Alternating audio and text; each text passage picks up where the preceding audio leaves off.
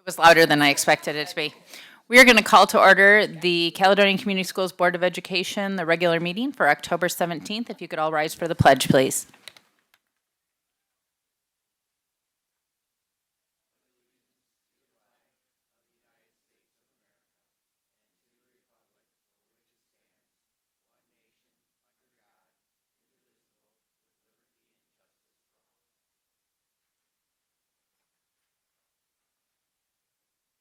Thank you. Could we please have a roll call?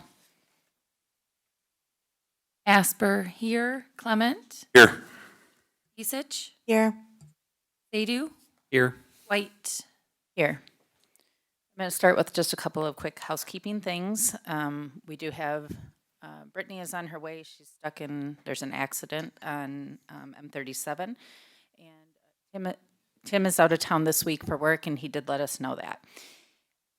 If you are here for public comment, we do ask that you fill out this card. It does have your contact information on it. This is a meeting of the Board of Education that's held in public. At this point in time, there's no back and forth between the boards, so this gives us an opportunity to follow up on anything that we need to after the meeting. So if you would fill this out, you do have 3 minutes to speak on your topic. There will be a timer that is placed, and at that point in time, we do ask that you direct all things to the full board. Please, let's not address anything political in nature. If you are concerned about an individual person, an individual student, we ask that you also address those separately. At this time, we're going to move forward onto our consent agenda. We have the October 11th, 2022 special meeting minutes, October 2022 personnel reports, and the September 2022 payables. I move that the Board of Education approve the consent agenda as presented. May I have a second? Second. Thank you. Second by Kyle. Are there any questions, any corrections on those from anybody? Can we have roll call, please? Asper, yes. Clement. Yes. Isich. Yes. Sadu. Yes. White. Yes, motion carries. Another word of warning, sorry. Microphones can be a little touchy sometimes. If you can't hear yourself in the microphone, the audio system will not pick you up. So please make sure that you can hear yourself, we can hear you. If not, I will stop you at that time. At this time, we're going to move on to 5, reports and information. We have the 98C mitigating learning loss with Dr. Diaz and Dr. Trober.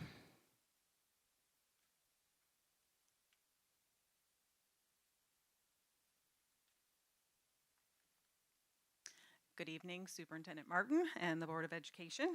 My name is Dr. Kamala Diaz, and thank you for the opportunity to present on the 98B information and mitigating learning loss this evening. This presentation is the result of a collaboration between Dr. Trauber, myself, and the entire cabinet team. So to provide a little bit of context for you, Section 98B appropriates just over $52 million in federal funding to address learning loss as a part of the Governor's Emergency Education Relief Fund, known as GEAR, and part of the Federal Elementary and Secondary School Emergency Relief, or Esser 2 fund. As you may recall, the Governor's Emergency Education Relief Fund and the Esser funds are both a part of the larger set of funds that were set aside to school districts across the country to provide for support in coronavirus relief. Although each student responded differently to the challenges of the past couple of years, the purposes of 98C funds are to address the inequities that have resulted from lost instructional time.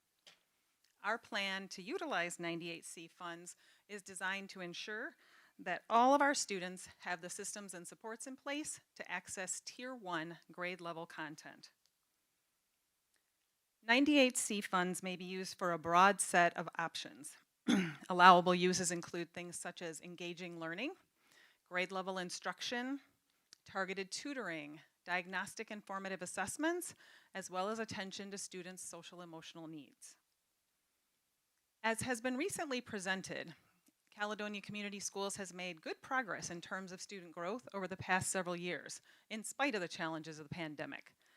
However, where we have 65% of our students meeting or exceeding standards, that still leaves 35% of our students who are not yet meeting the standards. 98C funds will allow us to continue to provide specific learning supports and opportunities for all of our students. In the spring of 2022, a presentation of planned Esser spending was shared with the board and the community by Sarah DeVries and Kristen Perkowski. The following slides review that plan of support for lost instructional time that was presented.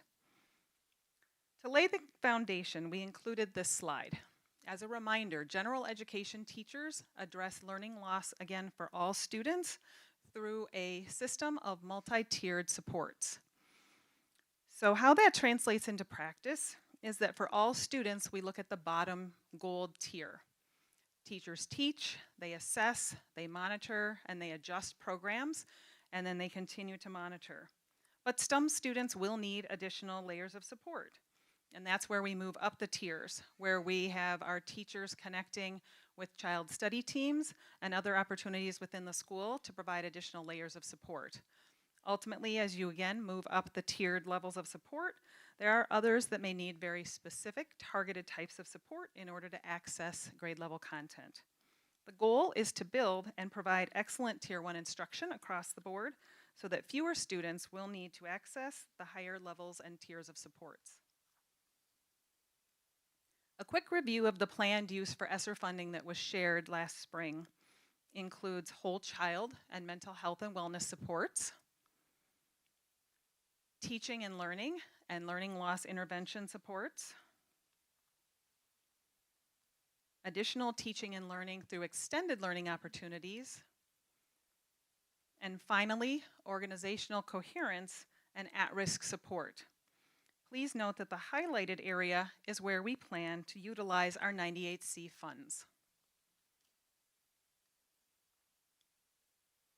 As we have previously developed this robust plan to support our student population towards meeting our grade level standards, we will be applying the 98C funds to existing programming. This will allow us to recapture some of general fund expenditures currently supporting in these areas. General education teachers are utilizing the previously shared MTSS framework to provide tiered supports within the classroom. They will utilize evidence-based resources to support subpopulations of students. And based upon those subpopulations in each elementary classroom, we will be offsetting a portion of each teacher's costs. Data collection for all students, including our subgroups, will be completed in Unified Insights by our interventionists and monitored by our MTSS coordinator. This way we can target the interventions that are being utilized for our most needy populations. This data will be reported regularly to the Board of Education, Teaching and Learning Committee, and the community at large. The grant award itself, funds will be allocated based on per pupil count, based on the number of districts that apply and meet the grant requirements. So although we don't know the exact dollar amount that we would receive through the 98C grant funds, we are being told that there is an estimate of $50 a student. The application is due November 30th, so we will be submitting that over the course of the next month. Thank you for your time, and what questions might you have? Jason. All right, so, the $50 a student, is that for the entire student population, or is that like a subset of Title I or something else? It is for the entire student population. And also, thank you for putting this together and hitting the ground running and jumping in and getting this stuff put together. Super appreciate it. Thank you. Are there any additional questions? Yeah, thanks for being up here.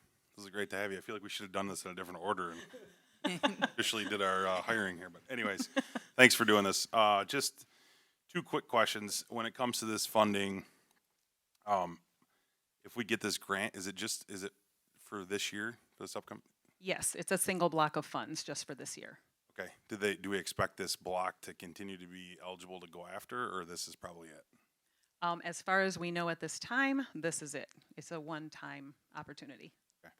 And then it says that we're going to utilize the evidence-based resources to support the subpopulation of students. What would that subpopulation be? So when we think about the tiered levels of support, within all of our classrooms, students that have varying needs make up that population. And so supporting our teachers in creating Tier 1 instruction that meets the needs of students that are struggling so that we hopefully don't have to move them up to more and more intervention support. So it's supporting those subpopulations of students that need additional support. Thank you very much. You're welcome. Jason? That just reminded me, as we talk about the audit and finance stuff, when we're talking about recapturing some of the general fund expenditures, so would this then make our finances look better for the general fund? Yes. General fund this year? Yes. Any additional questions? Katie? It's not a question, but what I brought up in committee meeting, I've seen personally how this interventionist, I'm good, how the interventionists have really helped. And I think it's super important that people understand how much it will help people not fall behind going forward and how much it is appreciated by me and I think a lot of families that are affected by it. Thank you for sharing. We actually talked a little bit about that when we were preparing this, and I hoped that you might share that. So thank you. Any additional questions? Thank you very much. We do appreciate it. And for everybody here, Dr. Diaz actually has her official board hiring on the agenda for today. When she started, we've had a plethora of extra meetings thrown in here, which we didn't squeeze that into. So we've been asking her to work consistently all along for us. So thank you very much for doing that. All right, at this point in time, we're going to move on to our discussion items. We have 6A, which is our 2021-22 audit with Mr. Reese.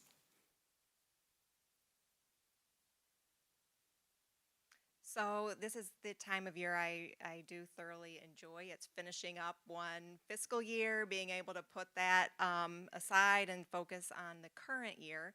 So I'm pleased to bring you the 21-22 annual audit.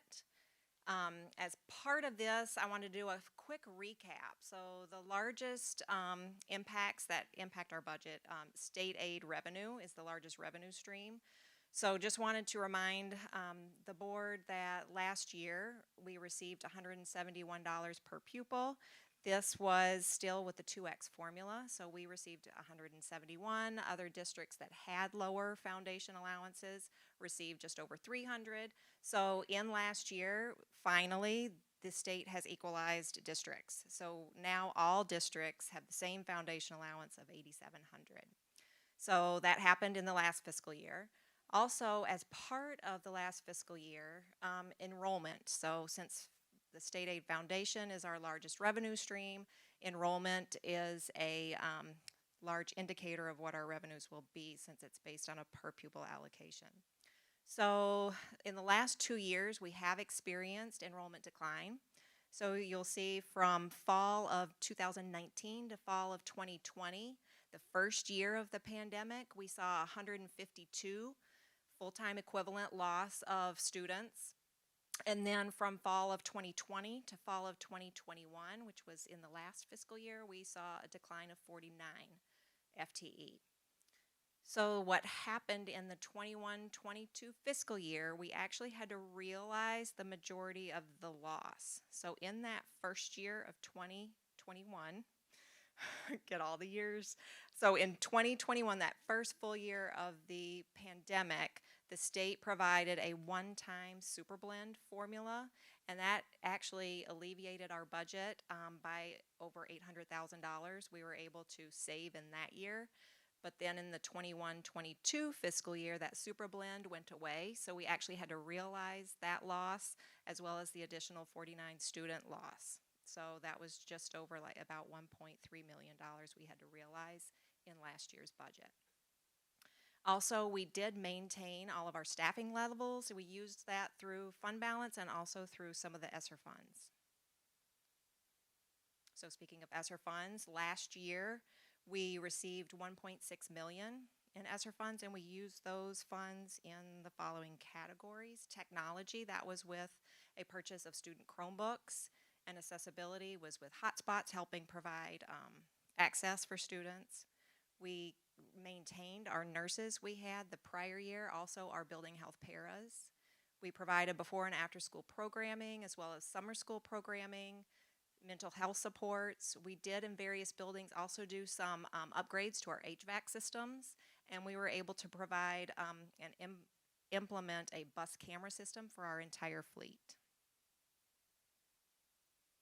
So in the end, we finished the year with $59.8 million in revenue, just over $61 million in expense. So we pulled just under $1.2 million from our fund balance. And we had started out with just over $10 million as a fund balance. Now we are at just over $9 million, which is 14.8% of total expenditures. But then just wanted to remind you that of that fund balance that we pulled out, we did transfer $650,000 from our general fund into our public improvement fund. So that is a portion of this fund balance reduction. Then I wanted to also just let you know and talk about, so our auditor from Gabridge & Company came and presented the audit to our Finance and Operations Committee that met last week. This was one of the slides that he presented. So I don't know if you can see it too well, but the far right, this is our fund balance. So the blue bars are our total fund balance percentage to expenditures each year, and the red bar is the total unreserved fund balance. So there's portions of our fund balance that are reserved for certain expenditures that we have. So really we should be looking at our unreserved. So when you look at that far right, you'll see we have 14.8%. That's our percentage of total fund balance of expenditures. But that 12.9%, the red bar, that's truly what is unreserved, unrestricted funds. So that 12.9, last special board meeting, it was asked, what is that percentage that the district gets close to needing to borrow to make their summer payroll? Because the state does not give us funding in the month of September. So we go about 8 weeks or so without receiving funding. So it's around 12 to 13%, and we were pretty tight this summer. So we're getting to that spot where we really need to be watching things. But overall, we finished the year good. We had a clean audit. So are there any questions? Congratulations on the clean audit. I know that you're relieved and just glad to be over that hump. So, and he did a great job with the, presenting on Thursday. So I was glad I could attend that. Are there questions for Sarah? Kyle?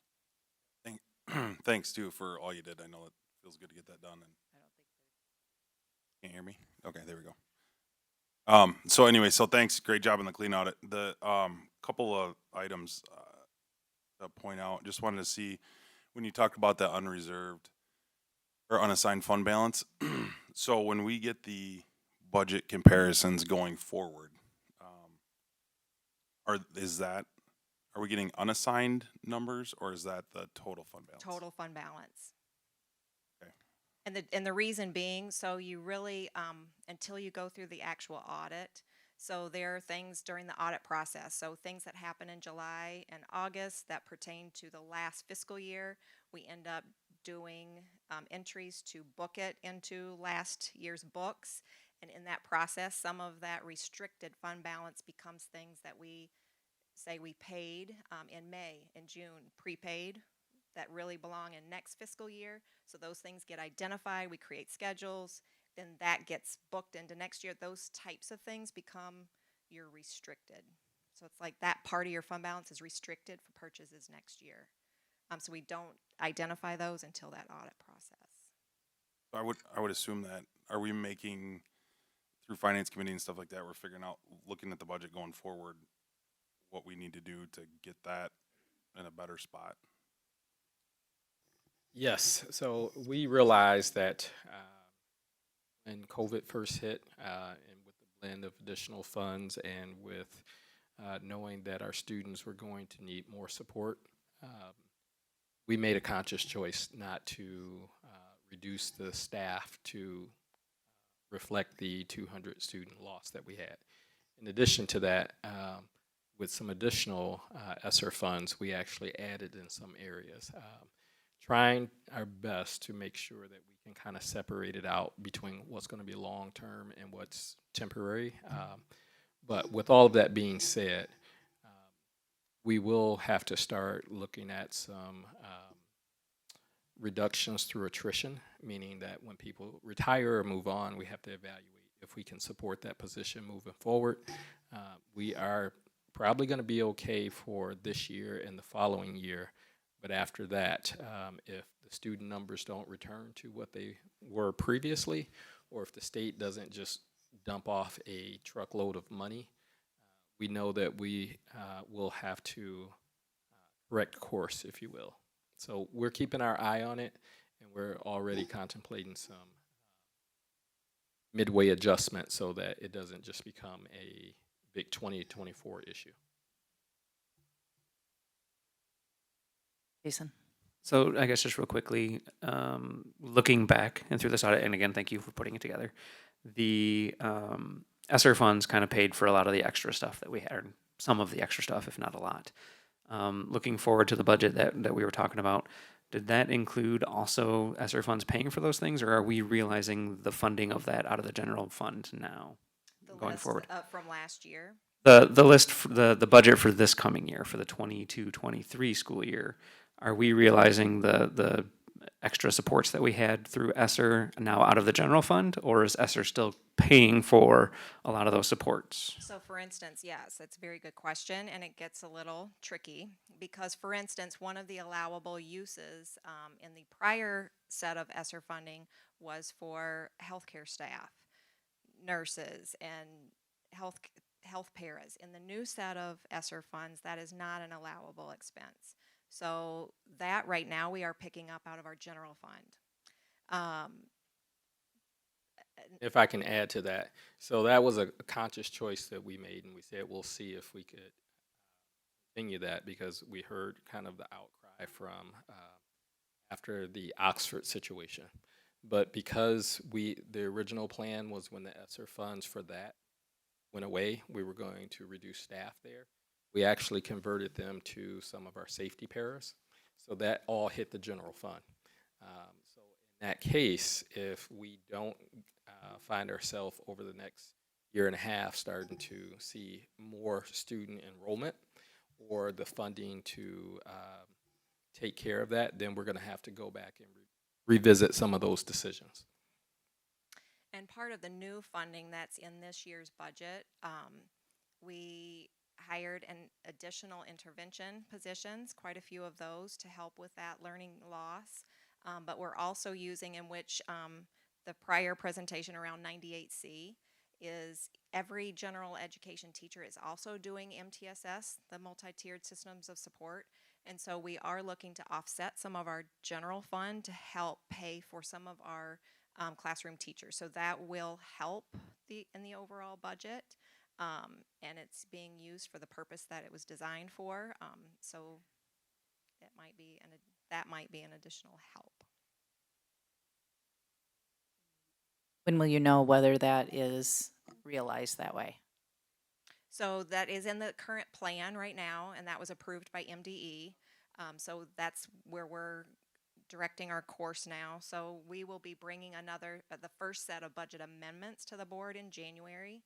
So that's where it's nice to be finalized with one fiscal year. We can focus on the new fiscal year and prepare to get that budget aligned to bring in our first set of budget amendments in January. Thank you. Additional questions for Mr. Rees? I did just want to say that this presentation will be going up on our website and linked on this slide, 21-22 budget comparison. There's an actual live link there that brings you to a document that's in your board packet that shows what our final audit was in the prior year of fiscal year 21. It includes each budget and budget amendment from this past fiscal year. It includes these audited numbers as well as our budget we're currently working on for 22-23. So that will all be linked and go up on our website. Thank you. At this time, we're going to move on to 6B, which is technology and clocks with Mr. Boukdevine. Is that right? Close? Close enough. since the meeting last month, we have received bids for the clock system at Craft Meadows. And those bids, we had 3 bidders, and the lowest bid was from a vendor whose performance was less than the Caledonia standard we would expect. So we are not recommending that bidder, but the next one up, which was Parkway Electric, that was $32,160, and it was $3,265 higher than the low bid. And Parkway has done many projects for the district in the past and have done them well. So that is the recommendation that is coming to the board this evening. Are there any questions? And so the group that were not recommended, the lowest bidder, that's based on experience that we've had here at Caledonia, or is Yes, that okay? here in yep. In fact, this spring and summer. Anything additional? We're all set. Thank you. Thank you.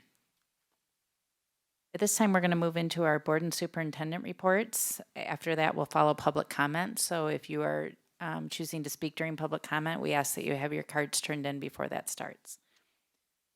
7A is Curriculum and Learning Committee. The Curriculum and Learning Committee met on October 11th, 2022 at 7:30 a.m. Dr. Trober recognized our new Director of Secondary Education, Dr. Camila Diaz. Dr. Diaz comes to us after many years at Lansing Public Schools. Dr. Trober described the legislative requirement of 98B. This requirement pertains to developing district and school math and reading goals with state-approved assessments. And just as a note, that's not here. That's different than the 98C presentation we just had, so just so everyone is not confused, because it is confusing. So to comply, Caledonia uses NWEA MAPS, a normed assessment designed to measure student achievement and growth over time. Updates will be provided later in the school year. Dr. Trober also shared the latest information regarding the high school English Language Arts pilot. As part of this topic, pilot curriculum options were discussed. The pilot is set up to wrap up in time for board action this year. Dr. Trober and Dr. Diaz spoke about trade books within classrooms and school libraries. While books are previewed prior to student use, district administrators will be discussing age appropriateness as part of the process for school book assimilation. Ms. DeVries and Mr. Kingsbury shared updates from the Finance and Operations Committee, which met on October 13th, 2022. Hiring procedures and bond information were highlights of the provided updates. And lastly, Dr. Martin rounded out the meeting with information about district events. The meeting adjourned at 8:56 a.m. The next Curriculum and Learning Committee will be held on November 15th at 7:30. Are there any questions for that committee? Thank you. I have the minutes from the Finance and Operations Committee. We met on October 13th, 7:34 in the morning. Mr. Verlin from Cambridge and Company reviewed the 2021 audit with the committee. The district received a clean audit. Ms. DeVries provided a report on the variances between the final June amendment budget and audit totals. She also provided both a budget to actual and investment reports for the first quarter of 22-23. Mr. Hess shared information about the EPA grant available for electric school buses.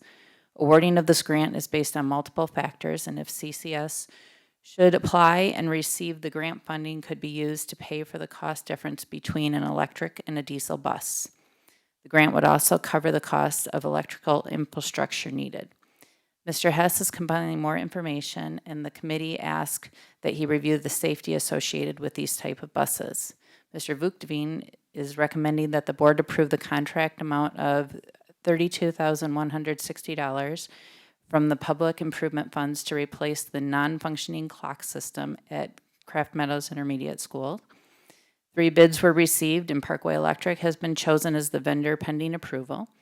Mr. Kingsbury discussed the staff recruiting and retention challenges faced by the district.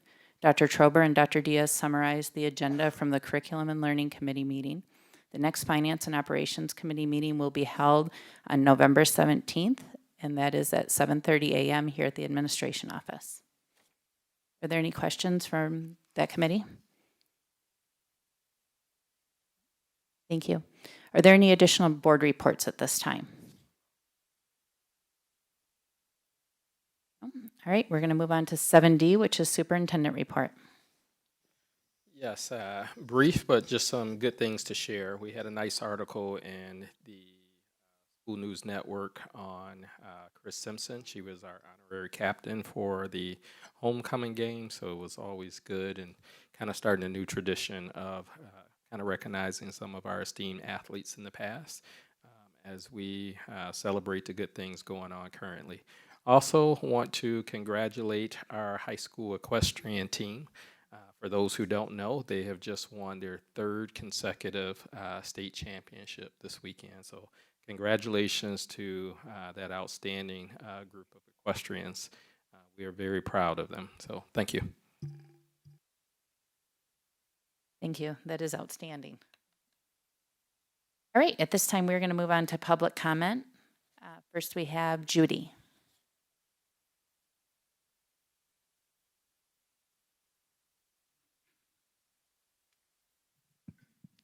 Hi, I'm Judy Sazowskis. If you don't know who I am, this is my 33rd year in Caledonia. I was actually Brittany's 7th grade teacher. It ages me a little. I am the treasurer for the CEA, and I teach 7th grade math at Duncan Lake currently. I'm just here to share some of the good things that have been happening in our district in the last month. 7th grade students in Christina Williams' language arts class have been working on incorporating sensory details into their writing. The classes did an activity called Where Are You at Duncan Lake? Students had to use their sensory details and adjectives to describe a specific hall, classroom, or other area around campus. Students read their details out loud, and everyone had to guess where the students were in the building. Students had a lot of fun incorporating sensory details into this guessing game. They found my game because mine is the one with the bookshelf full of Kleenexes and Clorox wipes. Math interventionists are new at our elementary schools this year. Our math interventionists are providing tier 2 and 3 supports to kindergarten through 4th grade. Students have the opportunity to support with many daily math lessons, as well as filling any gaps in learning from the previous years. We are collecting data using comprehension checks. Kindergarten students are enjoying working with wiki sticks, sand trays, clay, shaving cream, paint with water as they form their numbers correctly. Kettle Lake has a newly refurbished book room and it's up and running. It's leveled, and the kindergarten through 4th grade classrooms are teaming up for buddy time there. We are incorporated both academic help with older students pulling kindergarten children for an extra skill review and a fun team building activities. At Kettle Lake and Caledonia Elementary, speech pathologist Marcy Torres started a vocabulary bulletin board, and the kids and teachers get rewarded for using the new word of the month in the correct context. It's fun to hear the students trying to use the word correctly. It's been a fun and engaging activity so far. This month's word is apparition. Each student at Paris Ridge created an acrostic poem about themselves, and these writing samples were posted in the building to help create unity in the building to help the students feel special. The poems were posted before conferences so parents were able to enjoy them while they were in the building. In art class, Emily Milanowski-Teeples had students work beautiful artwork about how all students are different, and that's what makes us great. All right, thank you. Thank you very much. At this point in time, we're going to move on to our action items. We have 9A, Director of Secondary Education. As you can see, we have a very rigorous hiring process. It's been 2 weeks now that Dr. Diaz has been auditioning for this position. And tonight, no, I'm just kidding. Dr. Diaz comes to us most recently from Lansing Public Schools, where she was the Associate Director of Curriculum and Instruction. She brings with her over 30 years of educational experience. We're very fortunate to have her join our team. And if the board feels so tonight after tonight's performance, and if you vote to hire her, we'd love to have her as part of our administrative team. You're saying this last 2 weeks was a pilot program for the Directory of Secondary Education? That is correct, sir. She's passed with flying colors, so. I move that the board formally approve the hire of Dr. Camila Diaz as Director of Secondary Education effective October 3, 2022. Second. Second by Brittany. Any further discussion? Roll call, please. Asper, yes. Clement? Yes. Barbara Garcia? Yes. Isich? Yes. Sadu? Yes. White. Yes, motion carries. Welcome and thank you for putting up with us for the last couple weeks.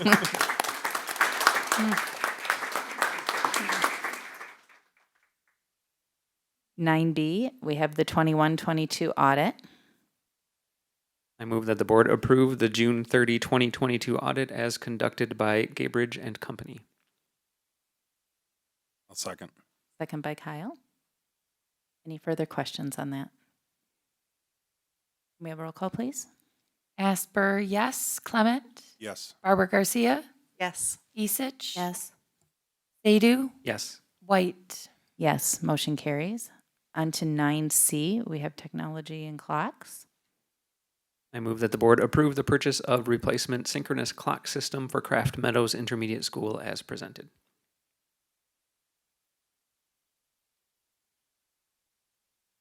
Second. Second by Kyle. Any further questions on that? Can we please have roll call? Asper, yes. Barbara Garcia. Yes. Clement. Yes. Esich. Yes. Sadu. Yes. White. Yes, motion carries.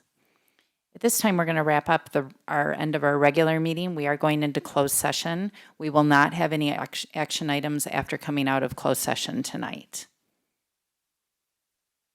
I just need a motion to go into closed session. I move that the board convene in closed session under the Open Meetings Act to consider evaluation at the request of the superintendent. Second. May I please have roll call? Asper, yes. Barbara Garcia. Yes. Clement. Yes. Esich. Yes. Sadu. Yes. White. Yes, motion carries. Thank you to everyone. Have a safe night.